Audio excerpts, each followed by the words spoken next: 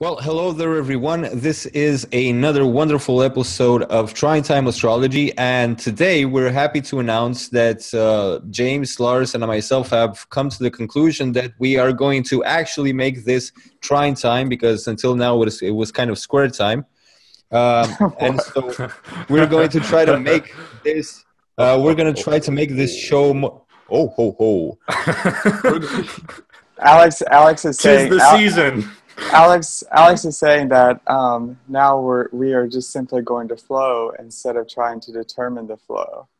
Right. So we're going to be in tune with everything, but James is going to tell you more about that. All I would like to say, all I would like to say is that from now on, we're just going to have this as a fun show for you guys. We're going to try to throw in some information and some fun and some cheer as well. And so the basic fundamental most topic will always be astrology and metaphysics and whatnot. So for all fans of metaphysics and astrology, hit that subscribe button and like our videos and follow everything that we do. Unless you don't like anything we do, then you don't have to. Yeah, then basically don't follow us, but then like I don't know what to say about you. Yeah, I don't know what to say about you at that point. Damn. Well, I just looked and I'm seeing that everything's either in Sag or Scorpio. Right. That's aside from the outers. That's pretty nuts. And Moon is with Mars in the first couple degrees of Scorpio today. Debilitated, right? And with Mars. Debilitated. But Mars is super strong, so it's a It's kind of cancellation. Yeah, it's kind of carrying the moon, and then there's Jupiter there as well, which is in pretty good dignity, I guess, Yeah. in Scorpio. But Jupiter I think, is getting a bit trashed by Mars in a certain sense, not completely. It's kind of Mars this year, like I'm home, like get over yourself. This is my place, Yeah. right? Yeah, Mars is there, maybe yelling at Jupiter. I don't know. Mars likes to yell at people, so Right, and Jupiter's like, okay, I shall just, I don't know. I don't know. Jupiter, like sometimes I like to think of him as like this big jolly fat guy, just like Like the Buddha. yeah, or like Santa Claus, like just some big Yeah. jolly fat guy. And Mars is like an angry son of a bitch. So Right. Yeah, it makes you wonder it makes you wonder whether the Buddha wasn't behind the Santa Claus legend all along. oh, Like, could be, think yeah, think about a fat guy with a sack on his back always. Like, just throw a exactly. couple of reindeer in there and like no shavers and Yeah, this go. is probably a conspiracy theory somewhere on Reddit. You know. Yeah. Are Buddha and Santa the same person? Find out next time on Dragon Ball Z. Find out what they're hiding from you. But yeah, I mean, a lot going on in Sag, and it kind of the energy of Sag is getting carried into Scorpio because Jupiter is carrying it over there, and then here comes Sure. Mars, which kind of intensifies the whole thing. And Jupiter, I mean, Sagittarius is already fire, and I think, I Yeah. think James could tell us a bit more about that since he's a Sag ascendant. What do you think, James? Anything that kind of comes to mind, especially about Mars entering Scorpio? Do you feel this in any way? Well, I was just thinking about all of these things this morning, and I was thinking about how Scorpio is kind of like taking like the male like seed and the female egg, and how joining it together is like controlling the energy of life itself and then multiplying it. And that's what Jupiter is doing in Scorpio, is taking this energy that's being controlled and multiplying it, and further expanding it, just like the human embryo and the fetus, and then the baby, and then into this full grown infant, before its birth into the world to explore the world, which is Sagittarius. Okay, but what does Nice. that mean? Well, I mean, what does it not mean? I think that I think True that. I think Well, that it means that life itself is constantly under this process of, you know, controlling the energy just so that it multiplies and then can truly experience itself again. But I mean, I'm really curious. Do you feel that heat of Mars in your 12th house, like how's your, if you meditate each morning, how is that going? Do you find it a bit more difficult in your meditation maybe, or do you find that your sleep is maybe you have a bit more energy before going to sleep, that you have to exhaust a bit more energy before going to bed or something like that? That's what I'm looking for. Oh, well, no, I don't feel that way. hmm, I'm just the Okay. same. cool. Well, it's interesting too because I was thinking, maybe this Mars isn't yelling at Jupiter, because it's Mars in Scorpio. It's more of like the cold, silent serial killer kind of Yeah. version of Mars. Or Not maybe the Jupiter just doesn't care. maybe, yeah, but yeah, Jupiter.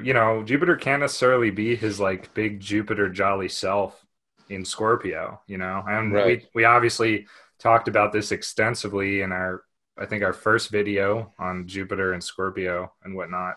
But Well, yeah, Slaying the right. dragon. yeah, Well, yeah, and I guess you could say if you wanted to, like, if I wanted to go with that same analogy, you could say that once the egg is fertilized, then Jupiter represents all the nutrients flowing into it, okay. and Mars is the warmth of the incubation, Oh, and interesting. so that's another perspective on that too. So it's really all in how you see it Yeah. rather than what it is itself. Well, it's like So a swamp, like Scorpio is kind of like a swamp, and a swamp is like an incubator it for is all kinds of like strange forms of life that we tend to, right, not want to have on our bodies, like right. mosquitoes and leeches and stuff like that. Right. So yeah, So totally. all I totally see Scorpios what you're out saying. there, all Scorpios out there, we're totally with you. Like, Well, I mean, even if what you just said though, it's the same thing. It's life being transformed from life. So if a Yeah. mosquito bites you and takes your blood, it's only life moving into more life. That's all. So it's the I, same thing. Yeah, that's a good point. I It's just taking nutrients from your body and using them for some other purpose of Exactly. building In life, fact, Hmm. a mosquito is actually a really good representation of this, like Hmm. with Mars, Mars, because yeah. it right. right. So it's like and the energy of Scorpio itself is this idea of penetrating it, Hmm. and Right. Yeah. penetration, and so so that life force energy is transferred from one place to another, and so that it's utilized in the way that you want it to be utilized. Well, And that's a great metaphor for sex too. I mean, what you just yeah, said Exactly. describes sex like really perfectly. Right. definitely All of life is an analogy for this same thing. for Yeah. And sex. well, I mean, sex is one analogy for it. It's all like an allegory. And so, yeah, it's all just energy moving from one place to another, but Hmm. never actually truly being destroyed or created, Right. just changing form. Right. Well, that's a deep thought that kind of left us contemplating in our little moment of silence. Uh, but yeah, I totally get that analogy. Uh, and I totally get that about Scorpio. It is the sign of depth. So I think I spoke in my video on Mars entering Scorpio that, when you have Jupiter with Mars, either, Mars in the bounds of Jupiter, or Jupiter in the bounds of Mars. I've read this recently, Oh, actually, cool. since we had our talk on the bounds, and it proved so useful to us in our video on the full moon in Taurus. Yeah. Um, and wherever there's like Mars and Jupiter, there's kind of like a possibility of an explosion, if you will, right? Or of some heat getting blown out of proportion. Either if it's Sure. not necessarily an actual explosion, it could be metaphoric as well. Yeah. But Especially I if said Mars that, is dominating. right, definitely. But I said, like, I remember saying this in my video. With Scorpio, it's more of like an implosion than an explosion, I think, Mm. because Yeah. Scorpio is the inner sign of Mars, whereas Aries is the outer sign of Mars. Right, So exactly.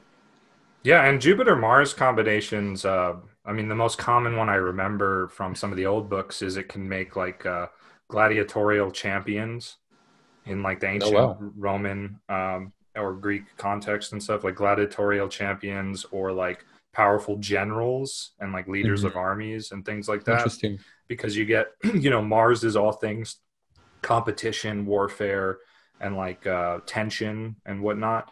And then Jupiter, you know, Jupiter when he brings his good graces to something, he makes it, he imbues that with power because Right. it's not power, uh it's not necessarily like raw power, but it's like the power that comes from like great and abundant good fortune, which translates to more of like a social power, because Jupiter is like a Right. social planet. So he expands you in a social capacity. So he makes you a great general or a great gladiatorial victor with Mars. That's a Well, very, yeah. right.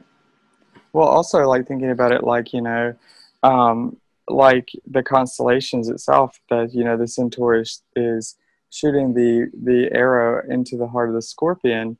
But like if you think about Scorpio, it is the tension in the bow before the arrow is released, and Mm-hmm. once the arrow is released and flying free, it is Sagittarius. Right. Totally. Definitely. Yeah. Well, I always used to say that like Jupiter is like the bow and Mars is the arrow. And so I think that fits really well with what you just said. Definitely. Yeah, Yeah. it's tension And versus so, the release of tension. Right, exactly. and like, but in the ancient text that you read about Jupiter and Mars, like Jupiter and Mars in general, in any combination, or in Scorpio particularly. No, no, it was sort of a general combination. I think this was specifically, if I remember correctly, was a passage about, so like in ancient Hellenistic astrology, if two planets are in square, the one that's in the earlier sign, so the one that's in the This is dominant. superior Yeah. position is kind of calling the shots. So Right. like if Jupiter is calling the shots, Jupiter is going to, like, in that square, Jupiter is going to do like these great things for Mars. It's going to be Mars directed by the abundance and wisdom and good fortune of Jupiter. Whereas if Mars was in that superior position, it's a little bit more malefic. It becomes more like the whole interpretation changes actually, Right. and it was But something for like example, I have Mars in Aries and square Jupiter, right? Jupiter exalted, and it's like a very, very tight square. It's less than 1 degree. Oh wow, okay. So Well, that's So that explains your tendency to like argue a shitload with people. probably, yeah. I mean Mars is that. calling the shots. Mars wants to have these ideological battles with people, mhm. and like you say, Right. you do it because you enjoy it. Like it's fun for you. Well, Right. But then So uh, there's Mercury. Then there's Mercury as well, and then there's Saturn in my ninth house, which means that I'm like narrow-minded in many ways, and I'm fond of that, right? And then Jupiter is in my third house, so it's not exalted in this philosophical way. It's exalted in more a third house, practical. It's more in more of practical. a Yeah. practical way. Yeah.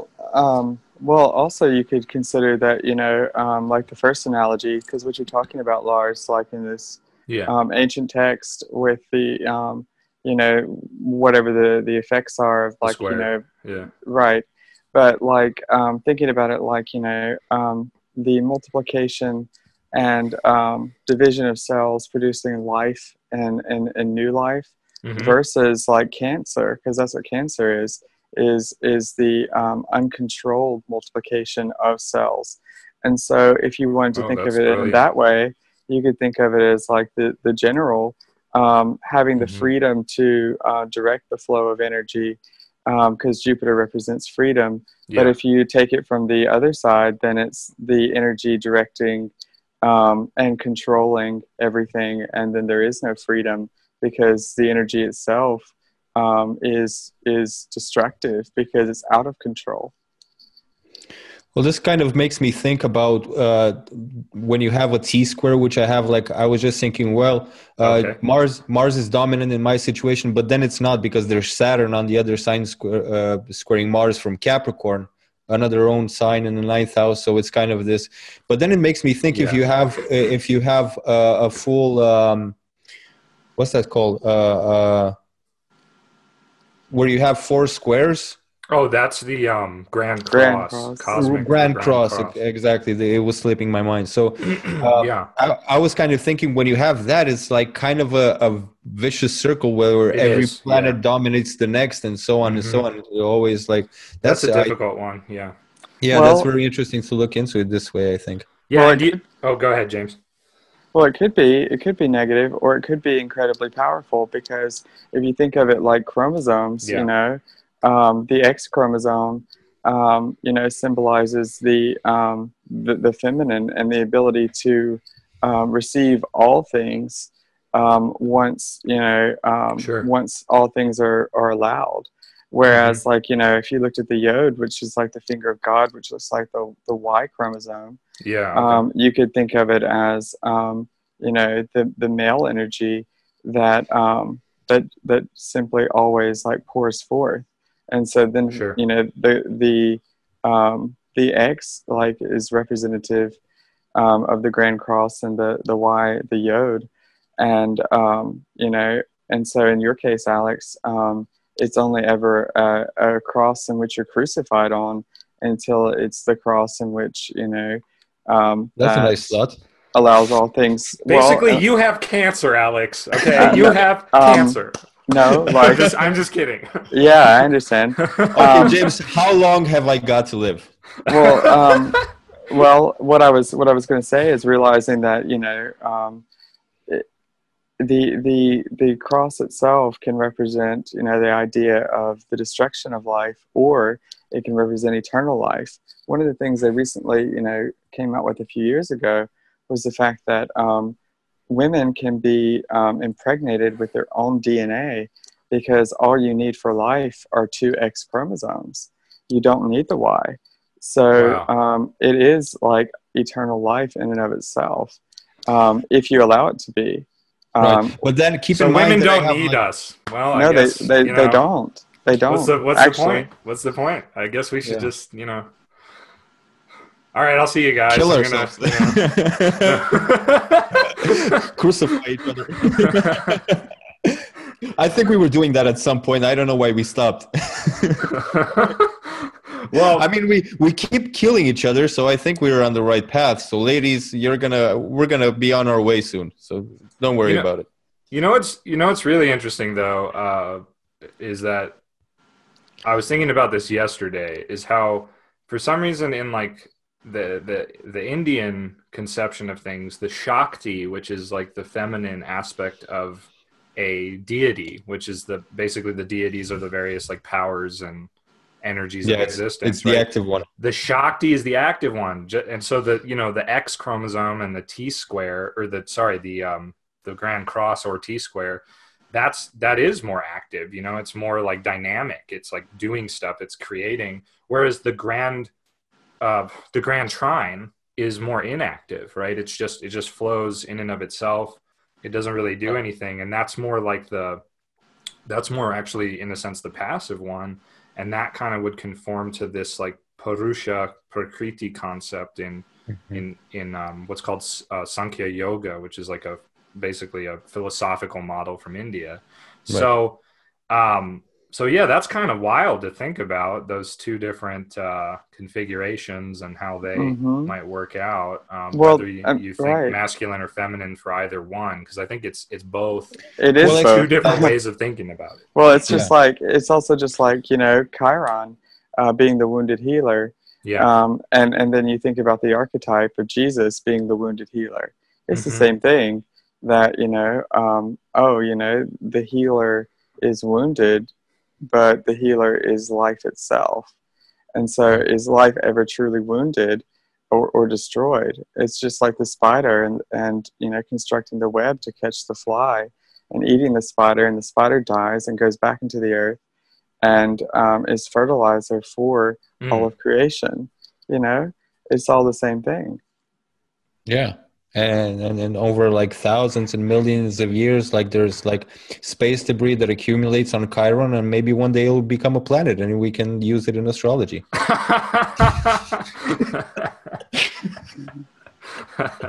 You just had to go there. Wow.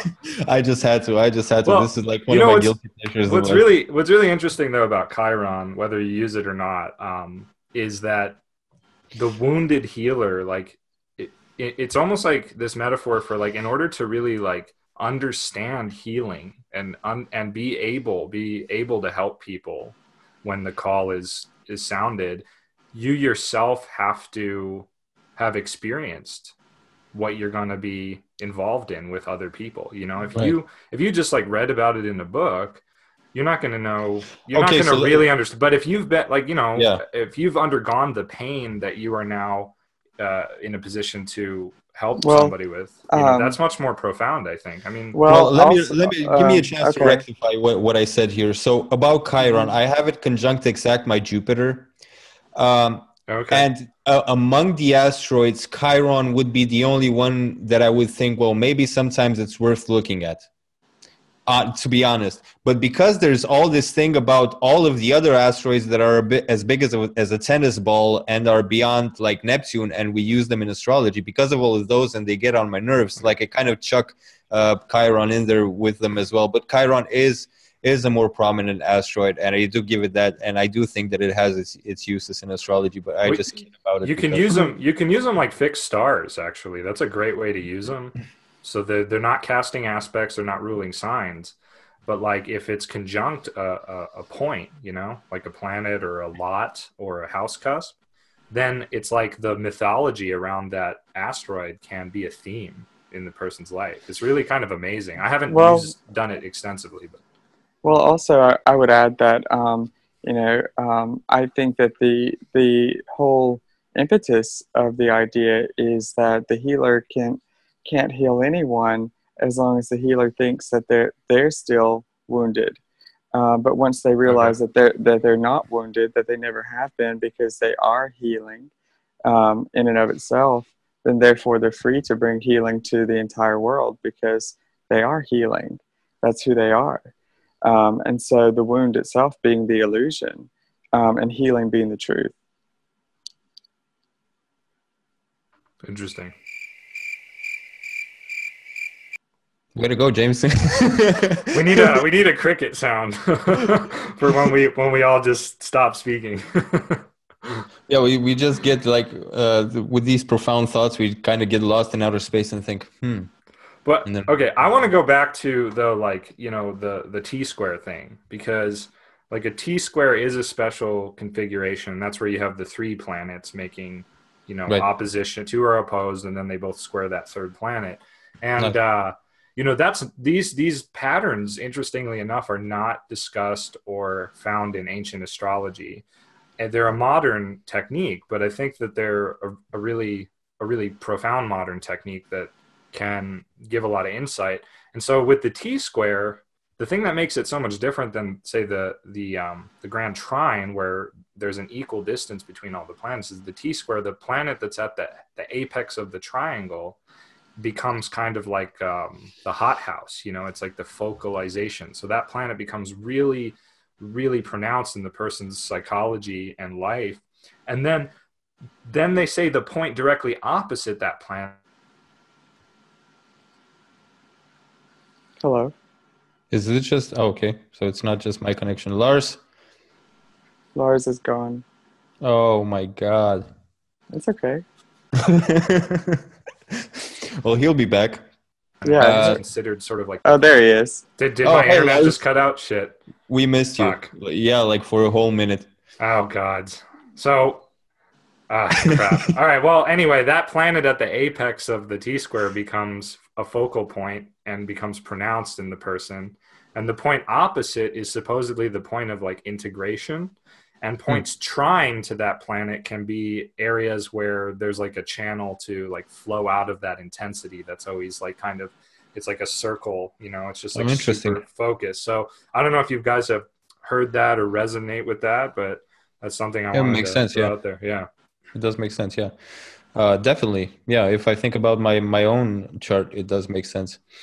Um, Yeah, and Dane Rudyard would use like the Sabian symbols for these points, you know, especially the apex and the point opposite. You'd look at the Sabian symbols to get more insight on like what's at stake there, like what you're obsessed by, and then like how you can like integrate it. So this is more heading into like psychological or counseling territory of astrology, where you actually would be advising someone like, hey, you know, this is something you can do to like counteract this avalanche of But then I wanted to say, because you mentioned something about the asteroids, and I'm just kind of taking it back to the asteroid. We're kind of playing tennis with the subject of the discussion here. But you said something about the mythology of the asteroid becoming relevant if it conjuncts one of the important points. But I ask you, and I always have this question, and maybe I don't understand like the grand scheme and orchestration of the universe or something. But why would the mythology behind the names of the asteroids actually be relevant for what they actually do? Okay. Well, if why is any of it relevant?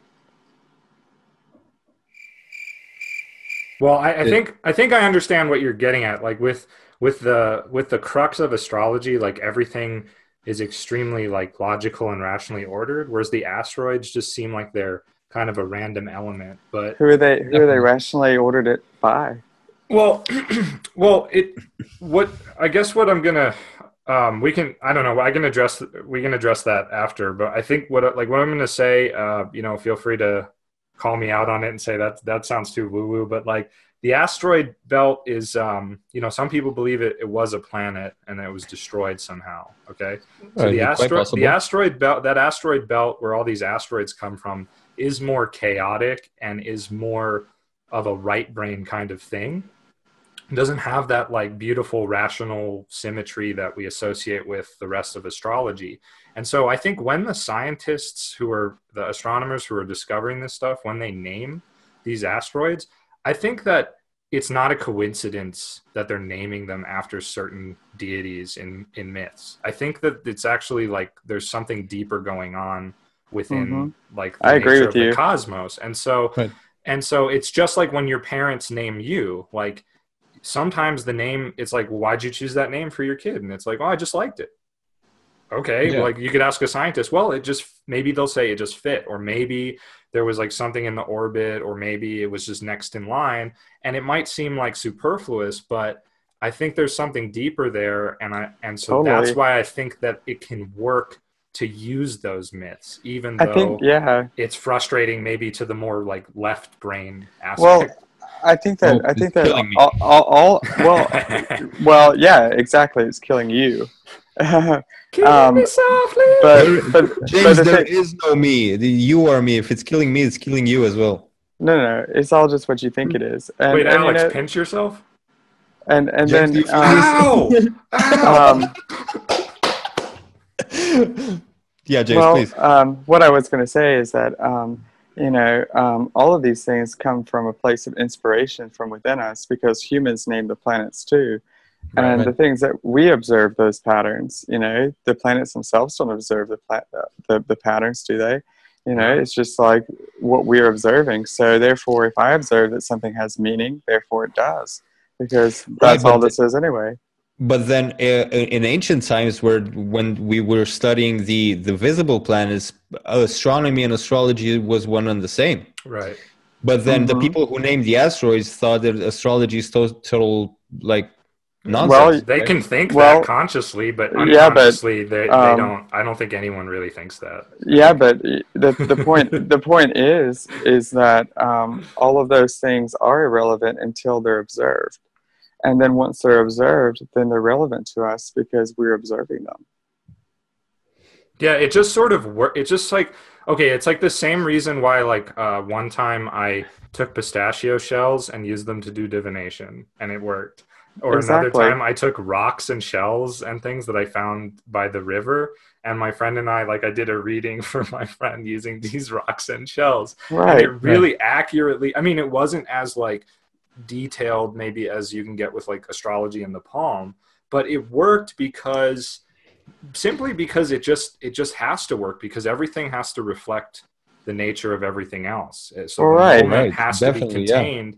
And it's more like an omenology kind of thing. So in that moment that these astronomers decided to name an asteroid something, I mean, there's there's some kind of deep significance in that. And, you know, the asteroids are, they serve a purpose for certain astrologers, you know, like it seems like the people that really like to use them are just really, really obsessed by the myths and how the myths play out in our lives. And I know that they're like a friend of mine who's a transpersonal therapist in Santa Fe, and he does astrology, and he really uses them in his client work, from what I understand. And that's a really different form of astrology, though, than what we kind of typically know as astrology. It's different. Right. It's not the same. You know? It's just, you know, like what I'm getting at is just saying that, like, you know, it's all about the meaning you ascribe to things. Yeah. Of course, you haven't invested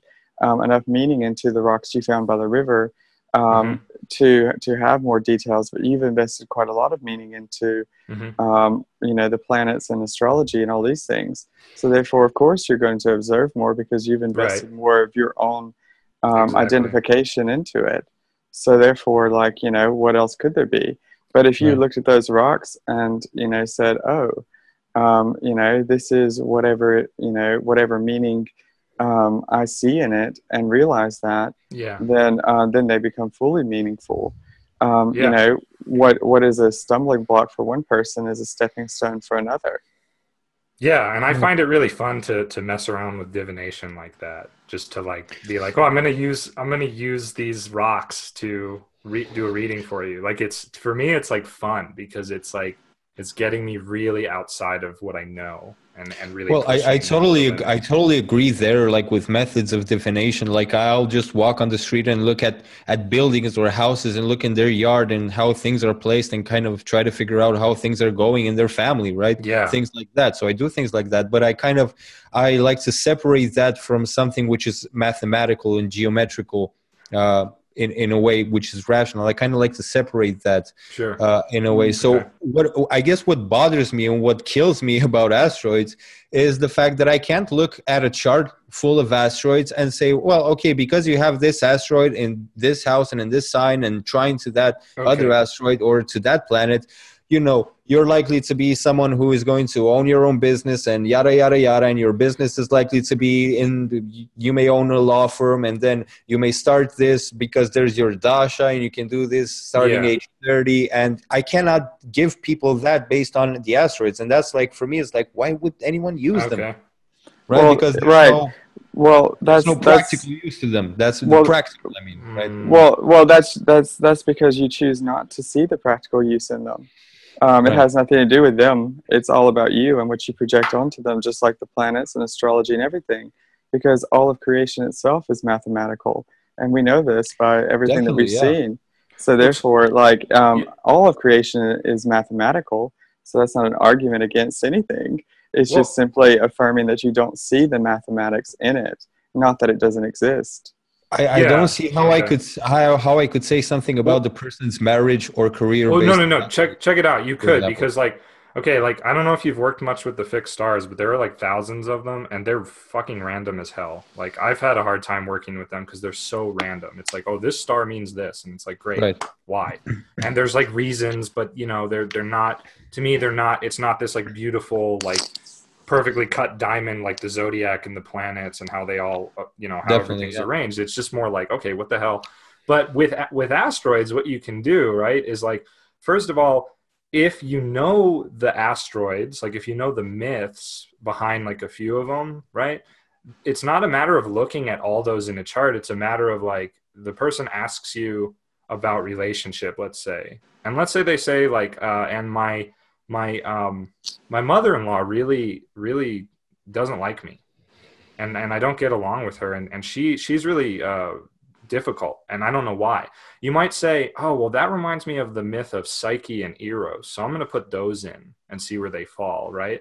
And then they might fall somewhere really important, and you could give insight into what's going on and how to approach it. And then check it out. If you don't want to do that, right, if you find an asteroid that you like to use can join the person's Venus, okay, then you might be able to say, oh, okay, so their relationships and what they're attracted to is going to have this mythological quality, and these kinds of themes, further themes might emerge. And again, I don't know a lot about asteroids at this point, so I can't really give you too concrete an example, but the Psyche example would be one. Like if Venus was with Psyche, then that person might, especially if they're a woman, they might have some aspects of that mythos play out, you know, where Right. But then it's blah, something blah, like, blah. I understand what you're saying. And Yeah. I know that someone, and even myself, we could be able to draw information from the placements of the asteroids and using mythology. But this is way more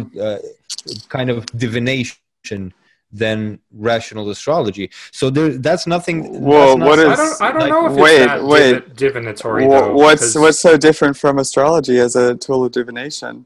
well, because It's astrology is just much what you more rational. decided it. Well, why is it more rational besides you thinking it is? Well, because it was designed that way, I guess. Like the people who designed it thought it was, I think. So I think it's what you're- rational. Wait. Okay, okay. I want to finish. So it's rational because someone else thinks it is. You know, do you see where this is going? So therefore, it's all based upon what someone else thinks, and therefore, like, you know, that's where you're leaning your rationale for all of this Well, is saying, look, oh, James, it's so rational because someone else says it is, and my so my therefore, point, right? my But no, I'm not finishing my I don't. point, Alex. I'm And sorry. my, I'm sorry. and my point is that, you know, regardless of, you know, why you think it's rational, it doesn't matter, because you're right, it is rational. But the other side is, well, I think this is rational, so therefore it is because it's my reasoning. So your reasoning is no more or less rational than anyone else's, dependent upon whatever it is you think. So that's not really an argument for, you know, against anything, but only for you and everyone else.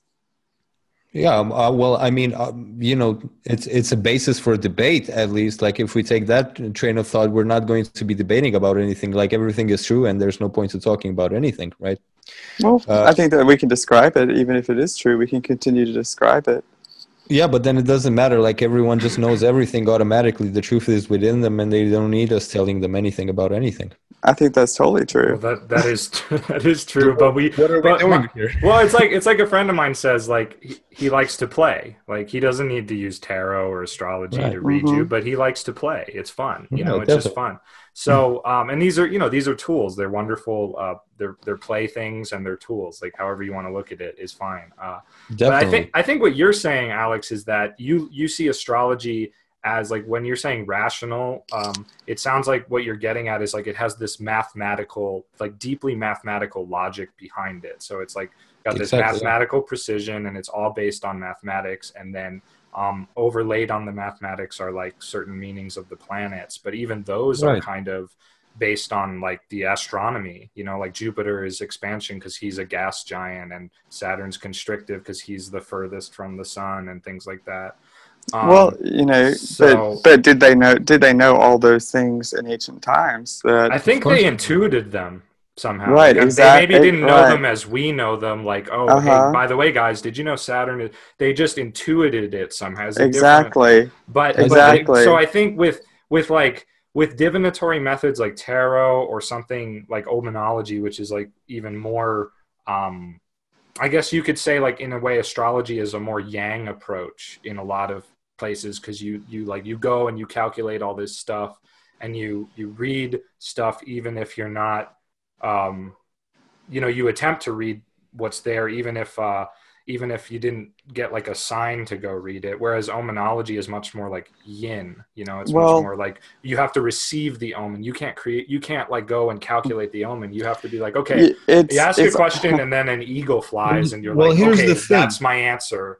So Right. So, for example, if someone has their sixth lord in the second house and it's in not so great dignity, that's a very straightforward thing. We cannot debate about what that means, right? It rules the sixth house, the second house, and there's this dignity to it. There's a specific process to determine. we have what to that agree on the basic meaning. The basic meaning is that the sixth lord is a Definitely. obstructive lord, and it's going to hurt meanings Right, of the second but we house. agree on this fundamental rational meaning of things, and then from that I can say, I can immediately look at that and say, look, based on what you eat, you may develop, like, health problems. So be careful of what you eat. Be careful Yeah, at your sure. tooth decay, that kind of stuff, right? You may develop obstacles and challenges based on what you eat or based on what you speak. You may make enemies by Based what on you what you speak. Yeah. based on what you speak. So I can tell them all these things,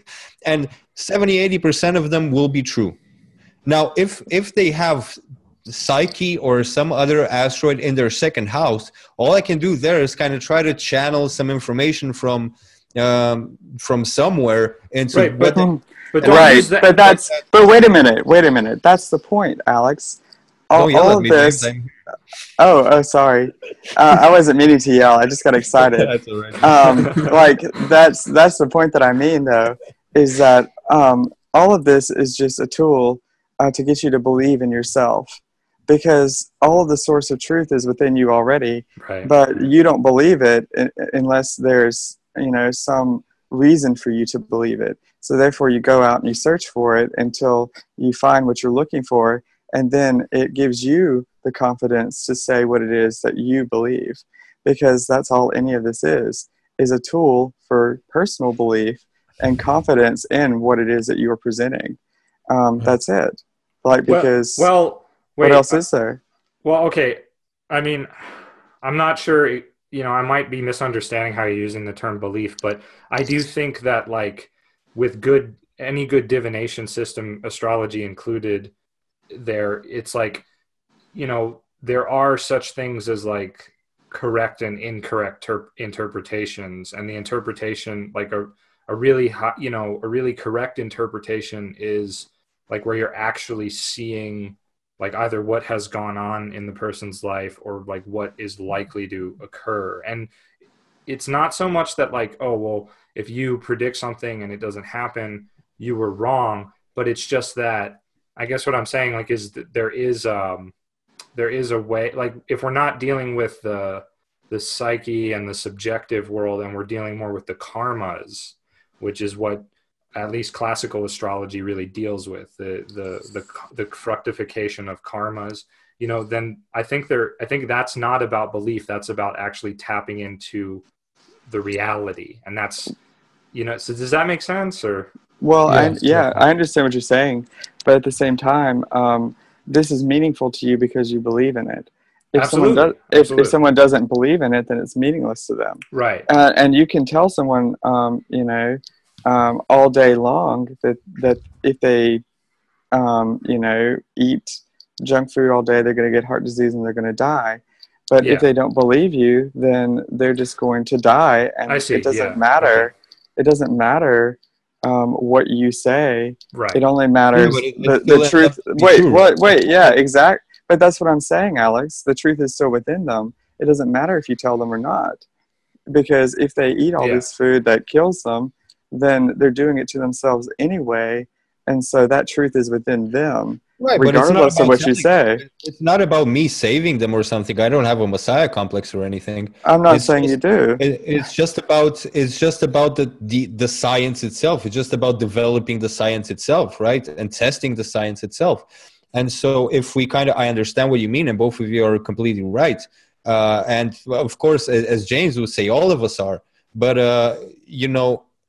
what I'm looking at is, do we want to preserve astrology as a science, or do we want to do something like, well, anything goes, just But go and do no, whatever. but I don't Just think draw a asteroids. circle and I don't think asteroids are doing that. And what I would say to you about your example of, like, oh, if Psyche is in the second house, like, what does that mean? It's like, asteroids should be used on a tertiary level, like fixed stars, So that means you do your primary analysis with the core of astrology that's worked for over 2,000 years really, really well, okay? right. So you use stuff like that's your foundation. And then you say, I want to dig a little deeper here. I'm going to look and see if they have this or that asteroid that I like to use right now, or that speaks to me, like, oh, I wonder if they have this asteroid that I rarely ever use, but for some reason I'm thinking of that one. Like, that's like an intuitive kind of divinatory component. You put that in, and you can do the same thing with, like, the Arabic lots or the Hermetic lots, right? I'm not going to put there's hundreds of lots. I'm not going to put everyone in the chart, but I might say, oh, I need to look at the lot of vitality. I never use that lot. I never use it, but it can be important. So if I think, oh, I should look at that, put it in the chart. Oh, wow. Yes. It's pointing me in this direction, and there's my interpretation. Or like with the Vargas, there's, 20 something Vargas, if not more. I mean, you could actually subdivide the zodiac infinitely into like infinite subcharts, Vargas. But, I'm not going to use the D20 for most readings, which is a really strange Varga. But recently I was looking at a chart and I got the vibe that I should look at it. And sure enough, it was like really important in that situation. So, Right. I think there's always been like this limitless aspect of astrology. Like, how many stars can you use? How many things can you subdivide? How many like extra charts do you need to look at? Like, Hellenistic astrologers say to look at like the chart the 3rd day after birth, the 7th day after birth, and even the 11th day after birth, and read those as well to read the person. So, it just goes on forever. Well, right, and that's the point, though. It's like, I mean, I get that. I totally understand that. James, were you talking and your internet went? I was talking. Please go ahead. I was just saying that, like, that's my point, though. It's like, yes, you will always find meaning whenever you look for it, no matter where you look. But the beauty of it is whenever you only have to look at what only have to see what you're looking at, and knowing the truth already, then you don't have to look for it anywhere else, because you know that the truth is within you, and as you speak it, it is true, because what else could it be? Well, it could be not true.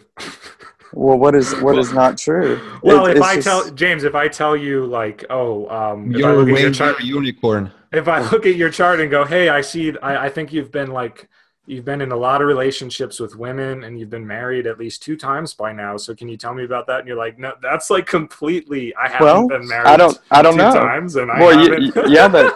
but Lars, but wait a minute though. I mean, that's an assumption, because if you believe in past lives, then maybe that's what you're seeing. Oh, but that's different. That's different. Why is it different? Because then, because then if I qualified it with like, oh, hey, in a past life, I see you were married twice. Well, then, sure. But if I'm just talking about this life and I say, oh, I think you've been married twice in this current incarnation as James, like, to 2 women, and you're like, no, I haven't. Then wasn't true. Actually, I could see how that is true, though, because I find that very meaningful that you said that. Oh, that's funny. Okay. Because I could say that, I was married to 2 different belief systems, and now I no longer am. So, I see the meaning in what you said, even though you didn't think it was meaningful. Okay, that's fair. I mean, I will concede to that. Yeah. I think it just depends on, it just depends on what level. Like, if we both thought that I was talking about like literally being married to like women, let's say, that wouldn't be a correct statement about your karmas. But if what just happened, if we agree on what the words mean, I mean, I think that if we agree on what the words mean, then things can be wrong and things can be right, right? They can't be wrong. For you. Well, correct and incorrect statement. Yeah, but wait a minute. Whoa. It's a collective thing. Yeah, no, but it is. Okay. So if we collectively, not just me, I'm not in charge of what the word means. I can say that this means shovel, and you guys are both forced to accept it. But we do agree collectively. We do agree collectively that this is a pen. So if I say, James, you have a white pen, but you don't, and you say, well, yeah, but I have a white shovel. But what does it mean? Like we agree that it's a pen, right? That's what I'm trying to say. Go ahead. Yeah, totally. I agree with you. I agree that whatever you say it is, and whatever I say it is, because I wasn't saying that. That was not what I was saying. but that's true. But it's true though. Alex. But is like, it? I mean, then what's the point of the word truth? Like, what's the point of the word beauty or art? Like, it's like that argument, like, oh, everything is art, and it's like, well, then why do we have a word for it? because Obviously, it's whatever you agree to it being. uh, So, I think like, I words mean, and language carry a specific mm-hmm, meaning that's beyond what we decide. Like the Hebrew alphabet, for uh-huh, example, the sounds of the Hebrew are literally the shaping forces of the cosmos, the sounds that shape the cosmos. The pictogram representations of the Hebrew represent those same things, just pictographically. And so the Hebrew alphabet will, like, if you were to study it in depth, it will speak to you and give you and tell you, like an entity. It will tell you about like what it is and what it means and how mm-hmm, to use it. And Right. it's mm-hmm, not going to be based on like, well, I'm just going to decide that Aleph is not the first letter of Hebrew and that Aleph means something completely different than it actually means. I mean, there is some kind of structure and law and order to the universe. That doesn't mean mm-hmm, it's unchangeable and that it's totally fixed in uh-huh, place. You know, they're not mutually exclusive, but there uh-huh, is some order. Otherwise, all of our bodies wouldn't develop according to a fixed pattern of like, oh, we all have a spleen and we all have a liver. And when people don't have those things, they have severe health problems. You know, we wouldn't be able to observe these things. Well, and all I'm saying is that it's a description rather than what it is in actuality, That's fair. because you can say that Aleph is the first letter in the Hebrew alphabet, and that's true. But if you know that it's not just that, but also a description of something else, then you realize that all things in life that we are communicating about are merely descriptions of something else, Right. and that's all they ever are. Right. They're just Everything descriptions. Yeah. everything is just a description rather than an absolute um, thing that everyone must agree upon. Because if I must agree with everything you say, then therefore, what difference does it make what you say? If I must agree with everything you say, then you might as well not speak because I already do. Sure. Well, no, but I mean, if we agree collectively on something like language, like we just agree to that, not because someone has to impose their idea of what a pen should be called. It's just that that works for all of us, and we can have this wonderful debate that we're having, right? If my words start to lose their meaning, and for you, what I'm saying means there's no point in talking about anything, right? But the whole point of communication is that you choose to continue describing to everyone else Right, what you see. definitely, yeah. So that's your choice. Well, but So imagine a level where, okay, and this is possible with astrology and divination, of me saying, James, you've been married twice, but they were belief systems, right? Because that is possible to get that accurate, Yeah. definitely. mhm, So exactly. I think there are levels of accuracy, there are levels of, all this stuff. And, there are statements that we can make that are going to be more or less in line with some truth, even if it's just the relative conventional truth of living. Well, for example, even Alex said earlier, he was like, "Well, if I say you're a unicorn, does it make you a unicorn?" But because I recognize that the truth is in all things, I found that meaningful as well. Because once someone told me that they saw this unicorn, and it was representative of like this spiritual message they gave me, Mhm. and so yes, Alex, you're right. I mean, so. Do I you knew see it. that? I knew all Well, along. well, that's the point here, is that the truth is everywhere, whether or not we see it, and that's the Yeah. point. Okay. It's not about some the truth being something and not something. It's about what you see, and astrology itself, being the science of light, is the what we're seeing, and so what we're observing, and We cannot see so. the asteroids very much. Well, but we know that they're Yeah. there. So Yeah. therefore, that's an observation. And so the ability to observe it, all we're doing is life is like this big diamond turning around us. And we're just all looking at it and describing what we see. And my description is one thing, your description is something else. But we're both describing the same thing. Right. Well, I guess we could choose to semi-agree on that, but it's very something captivated me from what you said about what we see being the science of light, and I want to take it back to the analogy that Lars made of the asteroids to the fixed stars, and I wanted to say at some point for me the main difference, and The it's light. an overwhelming difference, is that those are stars. They The produce light. energy. Yeah. Yeah, right. They produce energy. It's a They good point, actually. but the lots don't produce energy. The Rahu and Ketu are mathematical points that we can't see, but they're the most Exactly. important thing arguably in astrology. So That's They, because they are. it's all based on what you observe. Because what is light itself but that which you can observe? but then Because light is knowledge. you could also argue that okay, but the lots and Rahu and Ketu are calculated from And that's bodies your that That's produce real. light. Yeah. Sure, exactly, that's fair your enough. observation. Yeah, fair enough. I mean, and there is something to be said for that. I don't fully know or understand why the asteroids can work in a chart. And again, work is a relative kind of concept here because I can't either.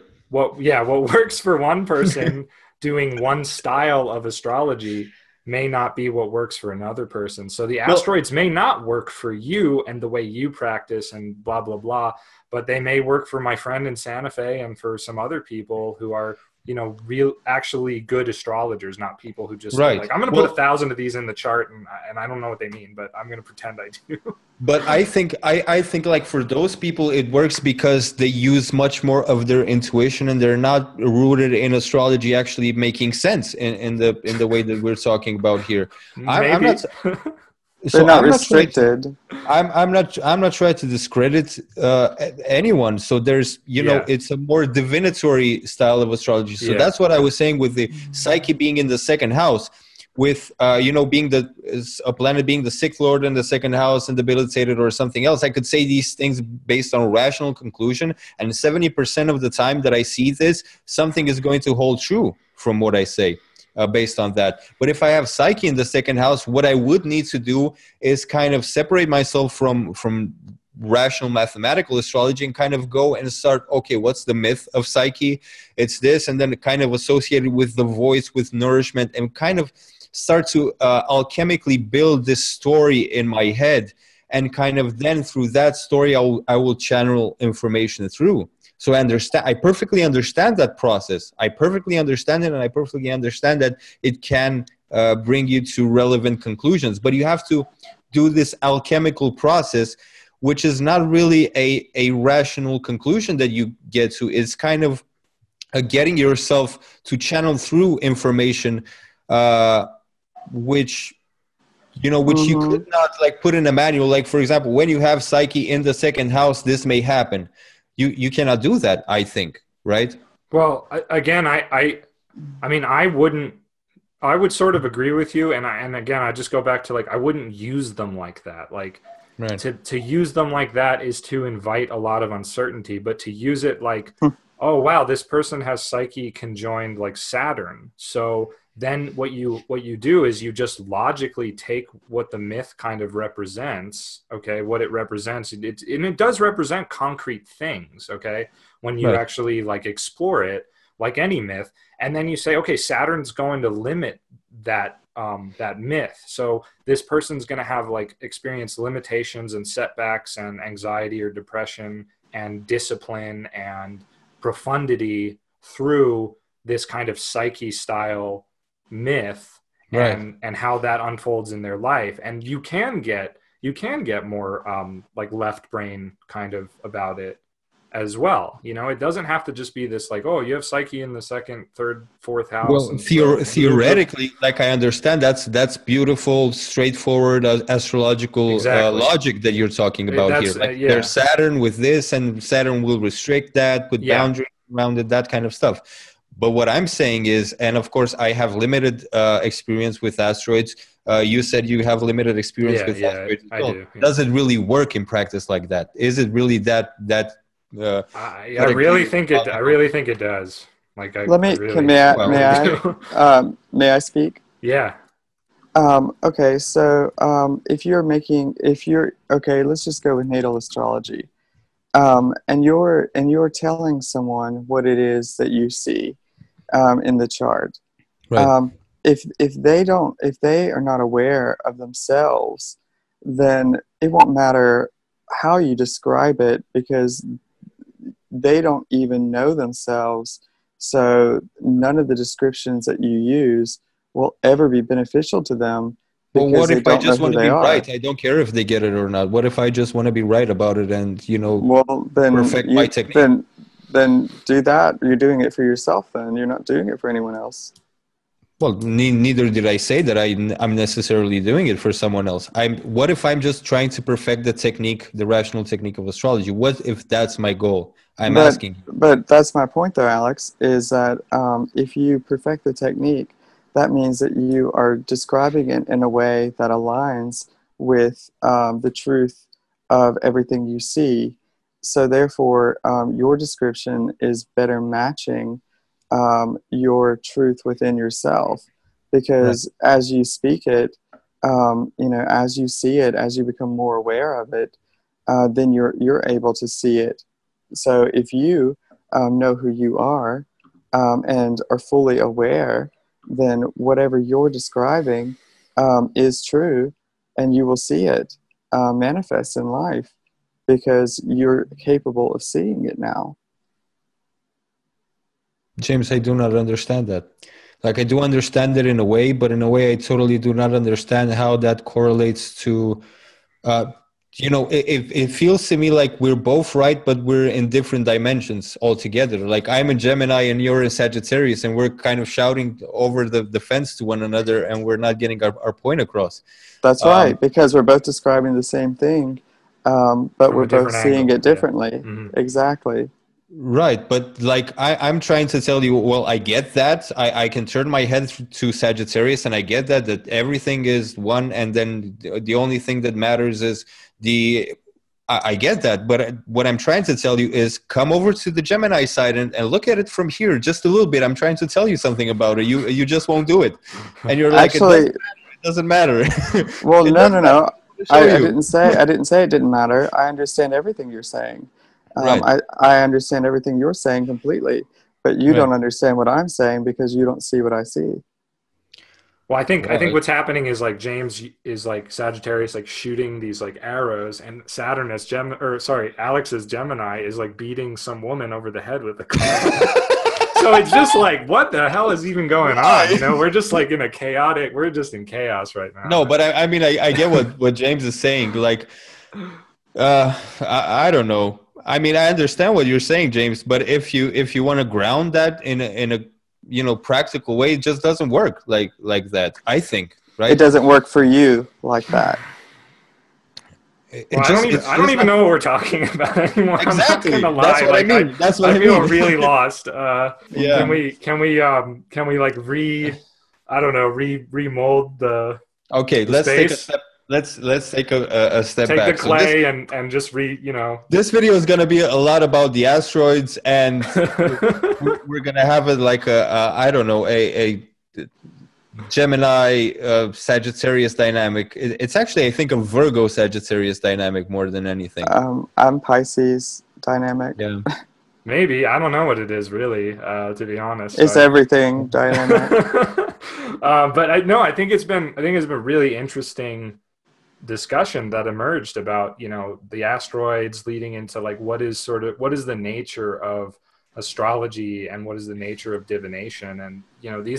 these are important questions for everyone to contemplate, because like Alex, I know you don't really consider astrology divination, right? And whereas I do consider it divination, I just consider it kind of like a special class of divination that's a bit more left brain than some of the other divinations. Right. What does the word divination mean? It just means It to means nothing. basically. It means absolutely nothing. Whatever you want, James. Well, Well, I actually, mean, no, I wrote about this. Divination comes from divinare, which basically means to know the will of God, to exactly. understand the will of God. And so I What think is that will? the will is what focalizes things so that they can come into being. Like the will of God Well, is like what is What is that. there to come into being? everything is already in being. That's the point. That's the point I've been trying to make. Well, that's actually the point that I've been making the whole time.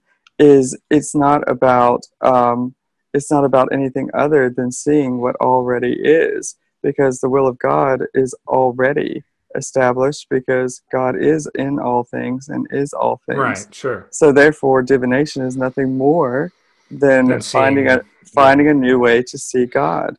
But then again, the ultimate reality is that there are actually no things whatsoever. Do do do do do do. Now I'm fucking up the theme song. except, well, the only thing that's No exceptions.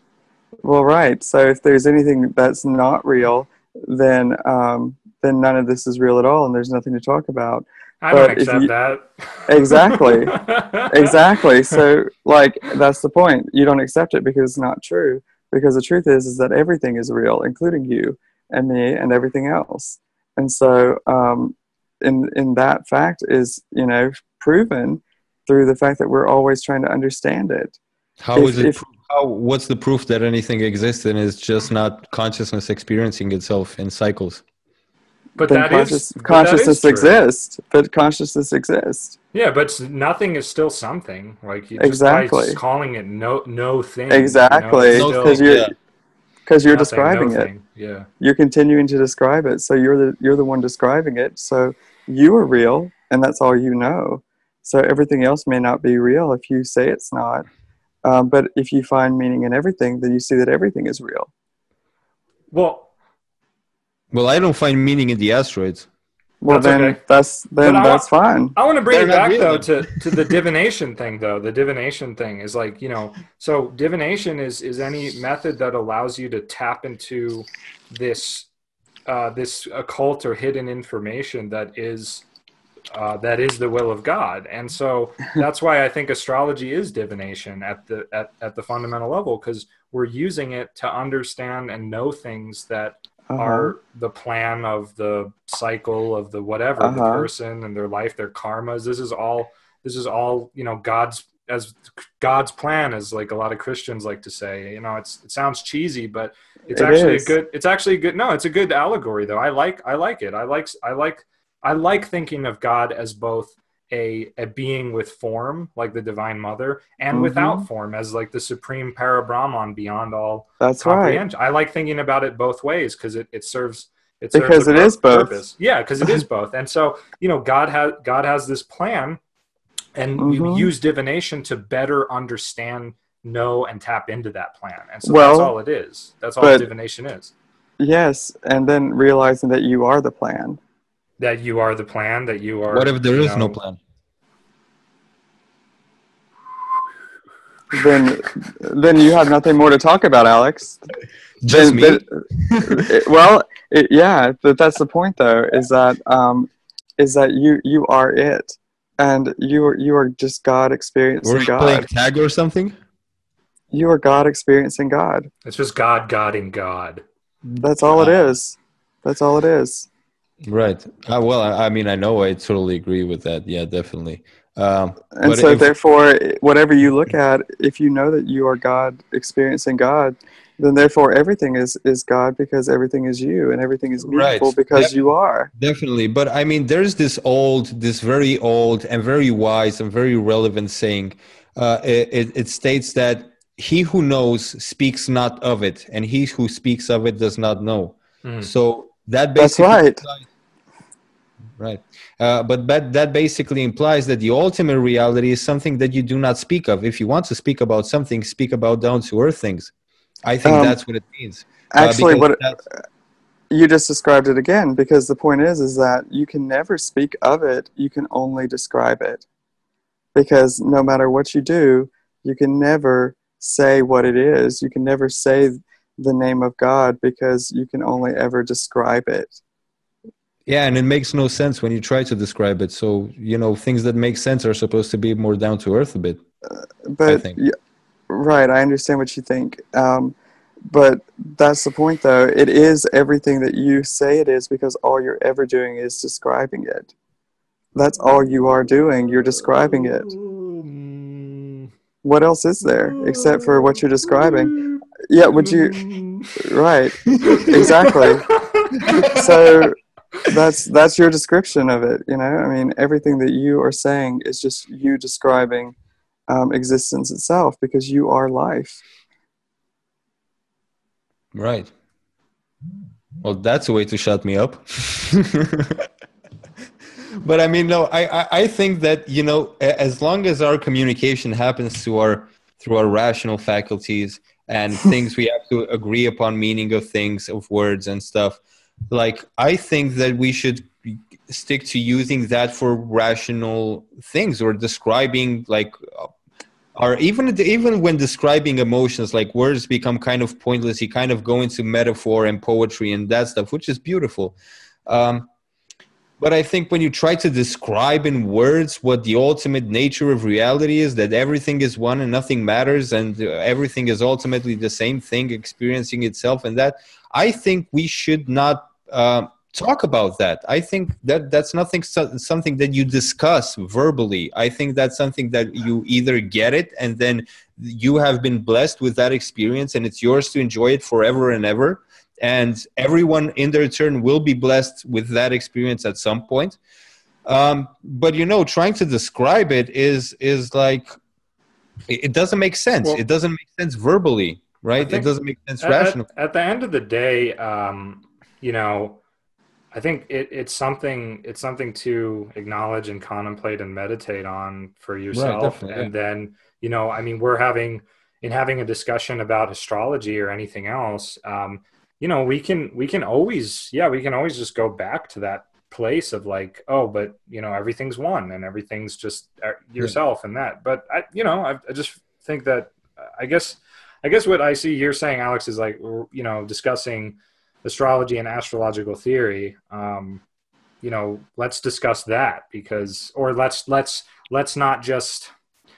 It's not, sorry, I don't know what I'm trying to say. I guess I'm trying to say that it's not that we can't go to that like really esoteric place, but it's just that at a certain point, we won't be able to discuss anything if we just keep going to that esoteric place. Exactly. There's a certain Saturn boundary to what we can expand into when actually talking to people, right? Even a great enlightened sage has to open his eyes when he speaks to his disciples, right? So I think that's kind of symbolic. We have to open our eyes to the practical world that is outside, that is an illusion, that is kind of, is subject to certain limitations. And our ultimate nature is limitless. It is boundless. It is, perpetually reaching for God and all of that, which James beautifully describes. And of course, I did reach, by the way, the conclusion that this is more of a Pisces Virgo kind of thing than a Gemini Sagittarius one, actually. But yeah, I think it's an Ophiuchus kind of one. No, I'm just kidding. Well, I mean, going back to something you just said, Alex. Jesus, for example, is a great example of all of this. Jesus didn't stop talking just because people didn't understand what he was talking about. Yeah. He said, "Those that have ears, let them hear, and those who have eyes, let them see." And so it's not my fault if you don't understand, or if someone else doesn't understand what I'm talking about. And I'm not going to stop describing what I see just to make someone else more comfortable, because I have the right to keep on speaking if I want to keep on speaking. Well, we're not talking about human rights here, James. Right. Well, I think what I'm what I'm getting out of this is that Alex is going to start using asteroids religiously, and James is going to stop speaking about the ultimite reality. Actually, I'm going to do whatever I Actually, I'm gonna keep doing whatever I want to do, because I can do whatever I want to do. There is no you, James.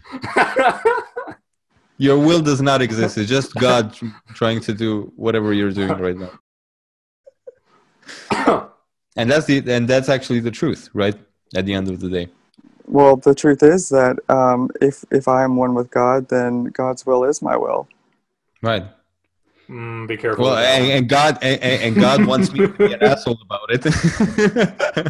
Yeah, I mean, I accept everything that you say, because I know that everything is only ever, completion of everything. So, I'm Okay. perfectly happy with everything you say. It doesn't matter to So me what, why? like, it doesn't offend me. What I mean, no one is trying to offend you, James. That's far from what Oh I'm trying to yeah, do. yeah, yeah. I'm But saying that because I care about you. I don't want you to think that I don't care. no, I mean that's all right. Like I'm fond of debate, and you know this, and Lars knows this, and Mhm. everyone knows Yeah. this. But we're not trying to offend each other. Like even if we crack a joke or whatever, is just like Mhm. fun discussion. But in a kind of a joking way, I would like to ask you, like since you do accept all that I'm saying, why do I find it hard to accept some of what you're saying, James? Well, Uh-oh. Can of sounds worms. like Can of worms. you. Sounds like you, Alex. There is no Um, me. There's right. just God not accepting something that you're saying. Okay, okay. Right, exactly. Stay tuned Exactly. for next week on Wait a Trine minute. Time. No, just kidding. Wait a Sorry. minute, So yeah, Alex, so take that thought further. So it's not that you're not accepting my thoughts, it's that you don't accept yourself. Because if I am God, you are God, and you reject me, then you're only rejecting yourself because there is no one else to reject. Right. I don't So think anyone's rejecting anyone here. yeah, it's just That doesn't. That's not ideas. what I'm feeling. I feel like we're No, just no, having a no. Like, conversation. Yeah. Lars, you're taking what I said one way. And what I'm saying is that he said, you accept everything I say, but I'm having a hard time accepting what you're saying. Right. And What so Right. you're the opposite, saying, not and you. What you're right, saying. Yeah. right, exactly. But the opposite of acceptance is rejection. So you reject what I say. But Yeah, what really, you say, What's though, but wrong not with you that? personally. but there's nothing wrong with it. I'm not making this a right or wrong thing. But the Right. thing is, if we are all one and you reject what I say, it just means that you are rejecting, you're rejecting that expression, Well, because if we're all one, yeah. because you're not able to accept it. Well, if we're all one, it means that you're not able to accept it as well. I accept it. Dun I dun accept everything you say. dun. So wait a minute. When I don't accept something, we're all one. But like, if I don't accept something, it's me not accepting something. But if it's you accepting something, it's God accepting something. No, I'm How saying does that that work? like, no, I'm not saying it like that because that puts it in some sort of like moral thing Yeah, that I'm not trying to present here. There's nothing yeah. moral about anything I'm saying. I You're know there is not. It's just your idea and the way you see the world and the way I see the world, and we're trying to subject each other to scrutiny on our ideas, not each other as being. Where's Based your on, okay? I know where. Does anyone mind if I talk about their chart? sure, please. yeah, I don't care what you do. Okay, so like I know that.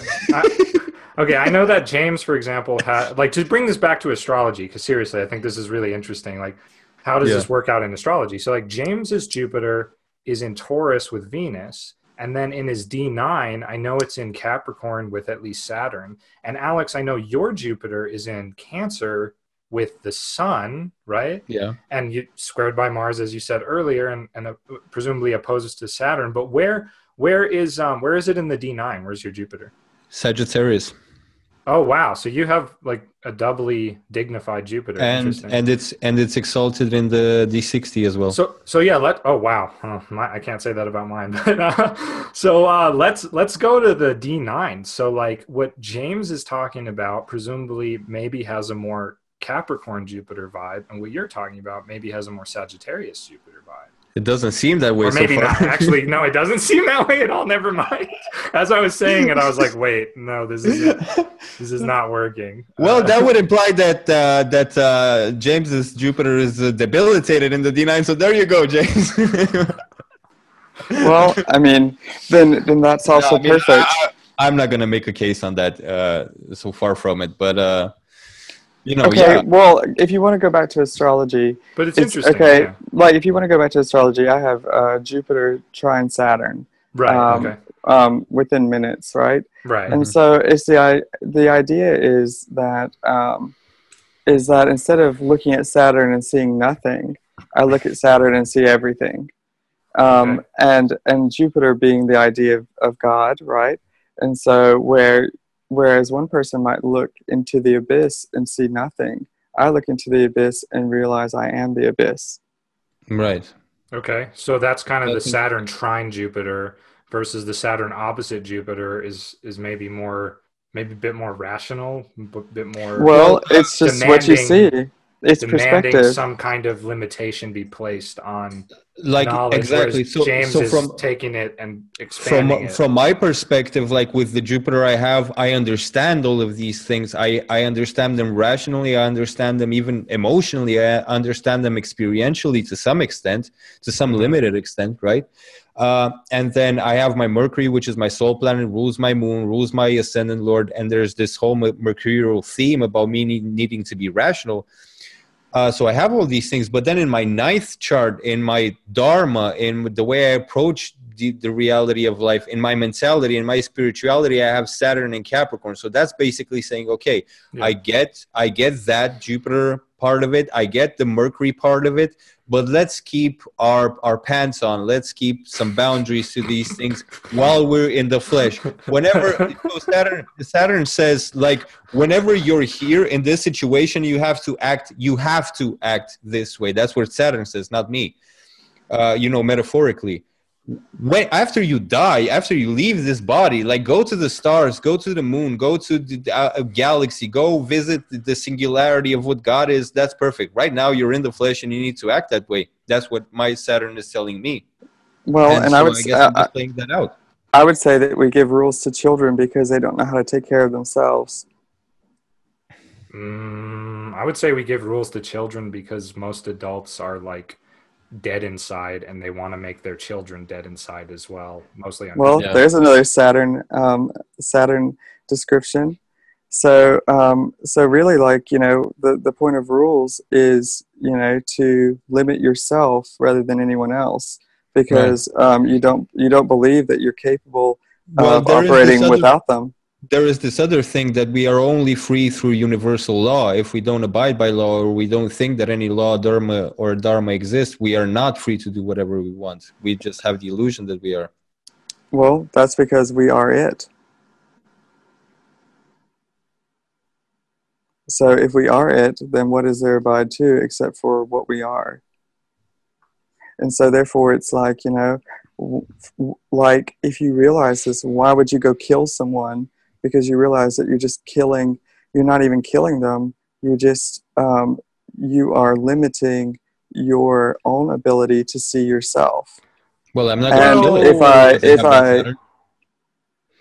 And also because, like, if you love yourself, why would you ever kill anyone else? Because you are love. Well, because actually Godhead transcends even the morality that you're bringing to the surface with this, like, love versus killing. And I'll give you a couple examples. There's a story of Buddha before he was incarnated as Gautama, where he was like a sea captain or something, and he realized he had to kill this man because the man was going to kill all of these people on the ship. So he realized his only recourse was to kill this man.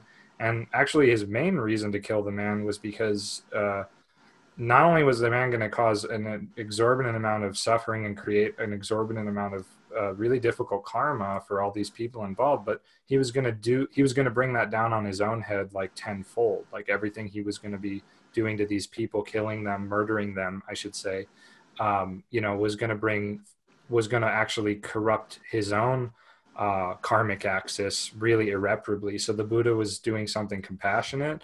Another example is the Bhagavad Gita, where Krishna, is saying to Arjuna, you have to fight. This is your dharma. This is your duty. This isn't ungodly. And he reveals to him, all these people are already dead. Like, I've already killed them because I am the Godhead. Like, so they're already dead. Like, you're not the doer. That's the point.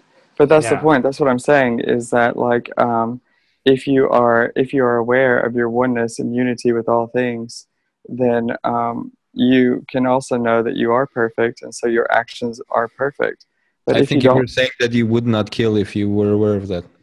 But yes, I wouldn't. But you wouldn't murder. You wouldn't murder. Murder. Yeah, I wouldn't murder. Right, exactly. I wouldn't murder someone. Yeah, killing is different, though. Killing is not necessarily. Okay, let's stop there with that idea. I wouldn't. Scorpio. Well, strikes wait a again. minute. No, wait a minute. 1 second. I would say that, yes, you're right. I wouldn't murder anyone. But the story that you told is a perfect example of this. because unconditional love is able to see all things as they are and still choose whatever love is. Well, and act accordingly, right? Right, exactly. Yeah. So Jesus, whipping people, get out of the temple. But if you don't know what unconditional love is, because you still think that you need something from people, right, then you can never act in anyone's best interest, because not even your own, because you still think you need something from others. Yeah, that's really well said. That's because you don't need anything from anyone. You are complete already, and you are perfect already. So now we're getting to James's like super powerful Venus. He has like such a powerful Venus in his chart, and it's exalted in the Navamsha. So I really feel like his like powerful Venus is coming out now. pulling you into my rhetoric with my flowery language. Yeah. And your flowery picture there. You got your flowery exactly. picture. Yeah. I was like, I was actually thinking, like, man, it's hard to argue with someone who has flowers in their hand. See? Yeah, Mars's onslaught is, stopped in its tracks. And I guess, is Venus in Sag now? Yeah. Interesting. Okay, so yeah, Venus is out of that Martian territory. Well, and I'm Sagittarius rising, and I'm holding flowers there in the picture. Yeah. So, what a perfect day for me to have to use the image instead of being able to be seen live. Yeah, it's awesome. It's like there's so much synchronicity going on in this video too, which is amazing. Like whether it's the unicorn or the two marriages, like all this stuff. It's really cool. Lately everything has been perfectly synchronized except for the internet.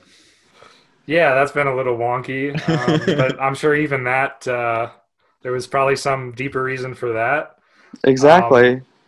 And all this stuff, and Mercury's still retrograde and whatnot with Saturn, so it's it's doing what it's doing. No judgment. Right. Well, and that's another thing to think about too. Is like, what is Mercury? It's like this idea of the mind of God, and then the mind of God looking over His creation and saying, "It is good," and then resting when it stations again. Oh yeah. Okay. Interesting. Yeah.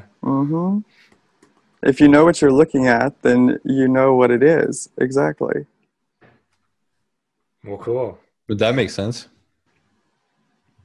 Well, on that note, I feel like this is probably a good place to end the video. Definitely. Well, this was, this was very, very, actually very stimulating. Stimulating. Yeah, that's the word I was looking for. Cool. But God decided to give that word to you. So, God, that's what I get for arguing with James. But yeah, this was like really stimulating, and I think that our new way of doing videos is much more fun, and we can get a lot more out of these discussions than we did previously. Like, look at all the things we spoke about. We went all the way to God and back. And it always does. All the way to God and back. Yeah. All the way to God and back. And all right, folks. Well, tune in next time for another episode.